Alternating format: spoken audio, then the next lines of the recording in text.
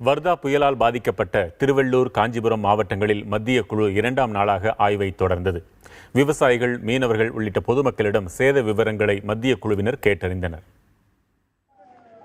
வர்தா புயலால் பாதிக்கப்பட்ட பகுதிகளில் மத்திய குழு அதிகாரிகள் 2வது நாளாக பார்வையிட்டனர். திருவள்ளூர் மாவட்டம் கள்ளுக்கடை சென்ற மத்திய குழு பயிர் சேதங்களையும், சின்னம்பேடு பகுதியில் வாழை சேதங்களையும் ஆய்வு செய்தனர். வர்தா புயலால் பூதூர் பகுதியில் சேதமடைந்துள்ள கட்டடங்களையும், ஒரக்காடு பகுதியில் பாதிக்கப்பட்டுள்ள மாமரங்களையும் மத்திய குழு ஆய்வு செய்தது.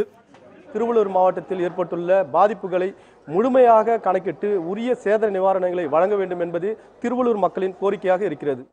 காஞ்சிபுரம் மாவட்டம் செங்கல்பட்டு, ஆத்தூர், ஒரகடம், வடக்குப்பட்டு ஆகிய பகுதிகளுக்கு சென்ற மத்திய குழு வேளாண், குடிநீர் வாரியம், நெடுஞ்சாலை, கால்நடை மற்றும் தோட்டக்கலைத்துறை சார்பில் பல்வேறு குறைகளை கேட்டறிந்தனர்.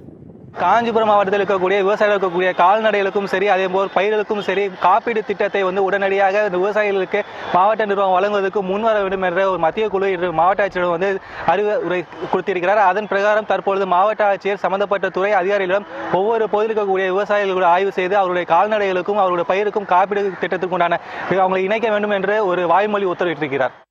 சென்னையை அடுத்த காசிமேடு, வெள்ளோடை, அருமண்டை உள்ளிட்ட பகுதிகளுக்கு சென்ற மத்திய குழு அங்குள்ள மீனவர்களிடம் குறைகளை கேட்டறிந்தனர்.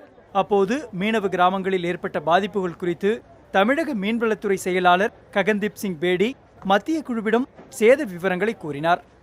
வர்தா புயலால் பாதிக்கப்பட்ட 3 மாவட்டங்களிலும் தங்களுடைய ஆய்வுகளை நிறைவு செய்திருக்கிறது மத்திய குழு. தகுந்த நிவாரணம் கிடைக்கும் என பொதுமக்களும் தமிழக அரசும் எதிர்பார்த்திருக்கின்றனர்.